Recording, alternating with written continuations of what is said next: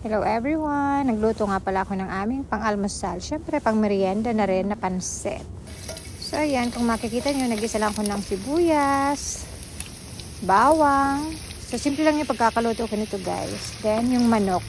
Yung manok, nilaga ko na siya, guys, para mas mabilis siyang gisahin. And then, inag ko na rin yung carrots. So, ayan. Gisa-gisa lang. And sa pampalasa, siyempre, hindi mawawala ang oyster sauce.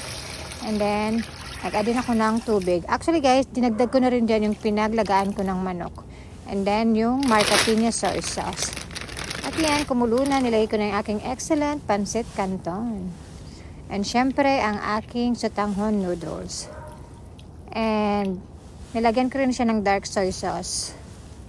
So yan, simple lang guys. Pero okay lang yan. Kahit simple yung pagkakaluto, ang mahalaga ay masarap. And syempre, hindi mawawala ang cabbage.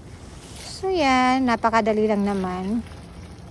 Nag-add din ako ng black pepper dyan kanina. So eto na ang aking nilutong pansit na napakasimple lang pero masarap. So hindi naman importante kung maraming sahog. Ang importante guys yung lasa. Diba? So ito yung gusto kong mga pang-almusal, pang-merienda, tapos may kape. So ito na ang aking simpleng pansit sotanghon.